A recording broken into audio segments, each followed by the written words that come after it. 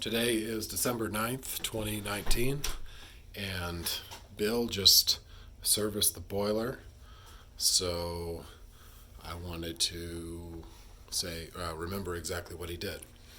The problem was that the system had lost water, total water, and therefore lost pressure. Instead of being at 12, it was at 5. And so heat wasn't getting to the third floor. So the way the boiler works is that city water comes in here, through here, down. This is a backflow preventer so that boiler water does not get into the drinking water supply.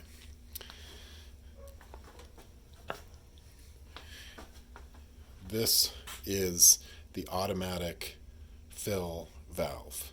So when pressure in the boiler system drops below 12, somehow this valve will open, letting in a little bit of city water from here.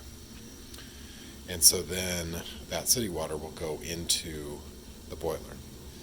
When the water in the boiler is heated, it expands and will go into this expansion tank so that pressure will be maintained regardless of whether or not the water is hot.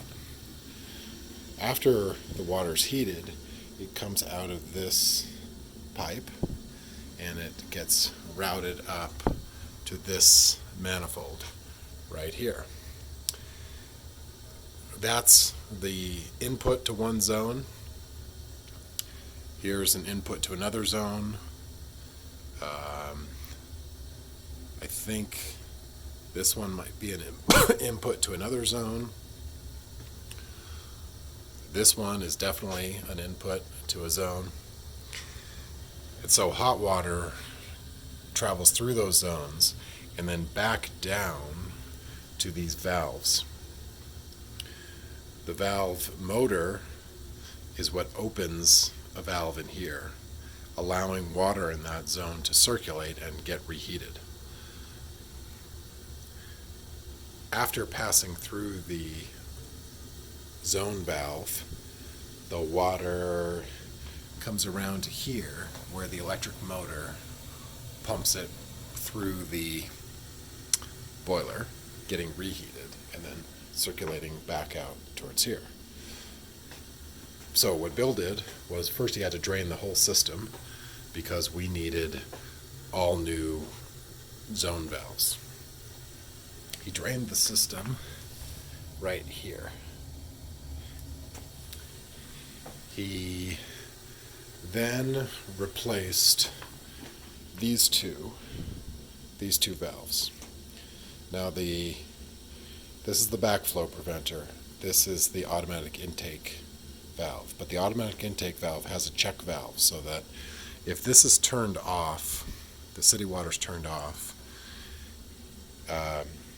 you could actually unscrew this nut and water from the boiler would not go back through here and empty out. So he needed to do that because he actually had to replace this little nipple because it was leaking. So he drained all the water out from down here and then replaced this motor. Then he replaced all these valves. Then he put water back in and he bled the system.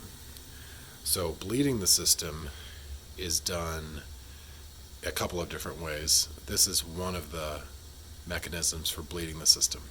Well, so I should say the first thing he did was when he filled the system back up, he attached a hose.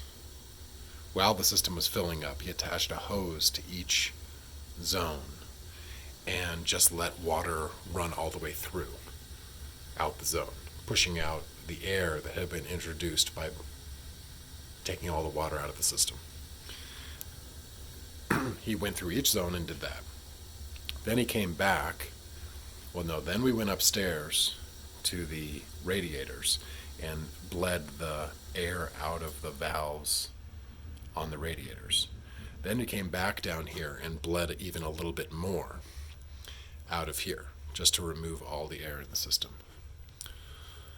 And then that was it. Now there was a complication, and there still is some unknowns about this, the upper main zone. You can see a little bit of where the upper main zone goes. It's this one right here. And the problem was that, the way Bill left it, he said that water wasn't circulating through there because there was airlock. There was air in the pipes on the second story of the main house. And that air was bled on the bleeder valve that's on the radiator at the top of the stairs. The other way to bleed the system would be through here. But this valve does not seem to be working, this one right here. So Bill's hypothesis was that something is clogged here. Something isn't functioning properly because it doesn't seem that you can get anything out of the system through this valve. That doesn't really matter because the valve at the top of the stairs on the radiator is working. So it'll be able to bleed that zone of air without this functioning. However, if the system was to be drained again, it would be a good time to cut this out and put in a new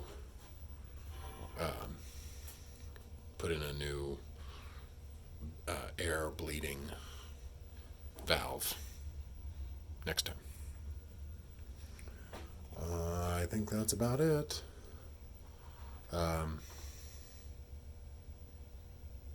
That's it.